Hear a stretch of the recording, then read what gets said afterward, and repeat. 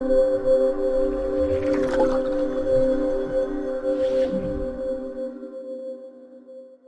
Video doctor विश्वरूप रॉय चौधरी के परामर्श और रेफरेंस से बनाया गया है, जिन्होंने across the world over million लोगों को हेल्थ ट्रेनिंग दी है और ये इंडो वियतनाम मेडिकल बोर्ड के प्रेसिडेंट भी हैं।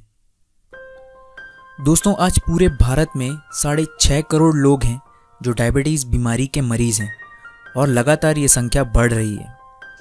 डायबिटीज़ यानी मधुमेह की बीमारी का इलाज बहुत ही सरल है, जो लगभग 72 घंटे यानी मात्र 3 दिन में ठीक हो सकता है। क्या आप सुनकर चौंक गए? आपने बिल्कुल सही सुना, मात्र 3 दिन। कैसे, ये जानने के लिए इस वीडियो को पूरा देखें और आने वाले बहुत ही इम्पोर्टेंट वीडियोस के लिए चैनल सब्सक्राइब करके बेल नोटिफिकेशन ऑन कर लीजिए।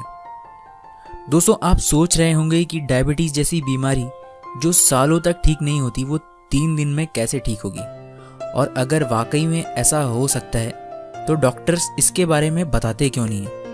तो इस बात को समझने के लिए ज़रा इस आंकड़े पर गौर कीजिए। पिछले 10 सालों में देश की जीडीपी में $246 बिलियन का नुकसान हुआ है, जो कि 2017 नेशनल बजट से सिर्फ $144 बिलियन कम है।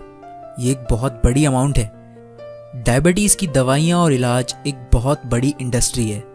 कुछ लोगों को आपके बीमार रहने से प्रॉफिट है और वो ये नहीं चाहेंगे कि ये बिजनेस कभी बंद हो, और वो ये भी कभी नहीं चाहेंगे कि आप बीमारी से मुक्त हो जाएं। वो यही चाहते हैं कि उनका ये बिजनेस ऐसा ही चलता रहे और आप उनकी महंगी दवाओं और इलाज के गुलाम बने रहें। इस कॉन्स्पिरेसी से बचने के लिए आपको डायबिटीज़ की बीमारी क्या है ये समझना जरूरी है। तो चलिए देखते हैं।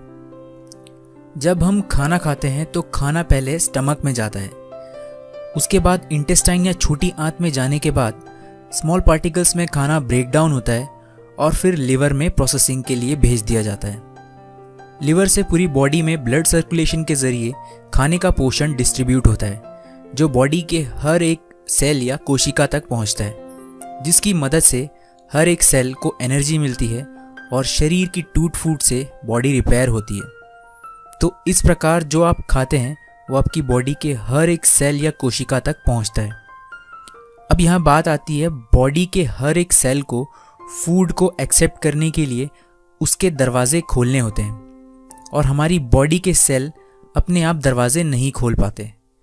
इसके लिए ब्लड सर्कुलेशन में एक केमिकल की ज़रूरत होती है जिसका नाम है इंसुलिन।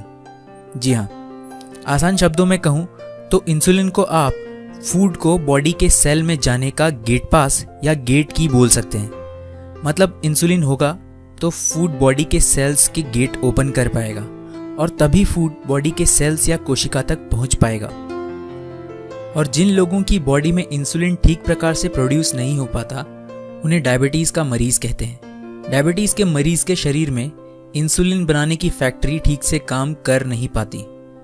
अब बात आती है इंसुलिन बनाने की फैक्ट्री की, तो उसे कहते हैं पैंक्रियास यानी अग्नाशय, जहाँ इंसुलिन हमारी बॉडी में बनता है। तो नतीजा ये होगा कि डायबिटिक पेशेंट पर्याप्त मात्रा में खाएगा भी और लिवर से फूड बॉडी के सेल्स तक तो जाएगा, लेकिन इंसुलिन ना होने के कारण सेल्स फूड को एक्सेप्ट नहीं करेगा।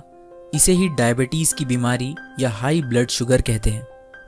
अब थकान होना, खाए पिया अंग को ना लगना आदि लक्षणों के कारण आप डॉक्टर्स के पास जाएंगे और डॉक्टर्स चेकअप के बाद आपसे कहेंगे कि बॉडी पर्याप्त इंसुलिन प्रोड्यूस नहीं कर पा रही है, और यहीं से शुरुआत होगी आपकी बीमारी से बद से बदतर होने की। डॉक्टर आपको एक ड्रग या मेडिसिन देगा जो लिवर पर असर करेगी।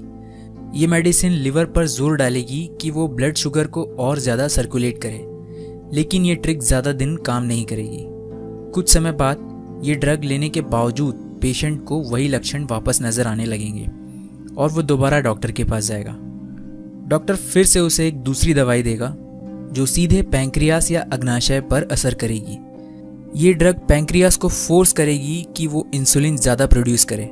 इससे कुछ समय तक तो काम चल जाएगा, लेकिन बाद में पैंक्रियास को उस ड्रग के बोझ के कारण ज़्यादा नुकसान पहुंचेगा और पैंक्रियास पूरी तरह से इंसुलिन प्रोड्यूस करना छोड़ देगा। इसके बाद डॉक्टर आपसे कहेंगे कि आपकी बॉडी ने इंसुलिन प्रोड्यूस करना बंद कर दिया है और अब आपको फूड सेल तक पहुंचाने के लिए दिन में कई बार इंसुलिन के इंजेक्शंस लेने पड़ेंगे। जब भी आप कुछ खाएंगे आपको उतनी बार इंसुलिन के इंजेक्शन्स लेने पड़ेंगे। और बात यहीं ख़त्म नहीं होती है। पैंक्रियास के काम बंद कर देने के बाद कुछ पेशेंट्स को पैंक्रियास के काम बंद कर देने के बाद डैमेज पैंक्रियास में कुछ सालों बाद पैंक्रियाटिक कैंसर तक हो जाता है। और अगर पैंक्रियाटिक कैंसर ना हो तो डॉक्टर एक और ड्रग देगा जो इंटेस्टाइन को फोर्स करेगी कि वो कार्बोहाइड्रेट्स को स्लोली रिलीज करे। लेकिन इसके अपने साइड इफ़ेक्ट्स हैं। इससे इंटेस्टाइन और कोलोन में ट्यूमर और कोलोन कैंसर की प्रॉब्लम हो जाएगी। इसके बाद डॉक्टर आपको एक और ड्रग प्रिस्क्राइब करेगा जिसका नाम है ग्लिटाजोन्स।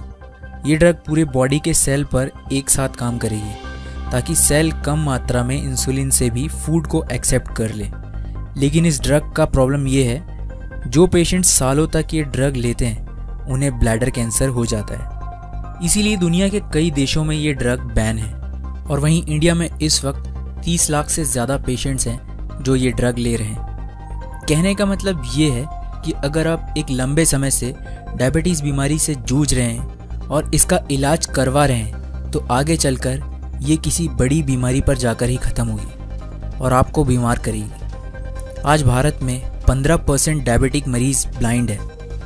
20% से ज़्यादा डायबिटिक मरीज़ अपने लिम्स खो चुके हैं और 50% से ज़्यादा अधिक डायबिटीज़ के मरीज किडनी फेलियर से जूझ रहे हैं। दोस्तों, 1947 तक देश अंग्रेज़ों का गुलाम था। आज देश अंग्रेज़ी दवाओं का गुलाम है। डॉक्टर विश्वरूप रॉय चौधरी कहते हैं, together we can help India from 3 Ds: drugs, diseases and doctors.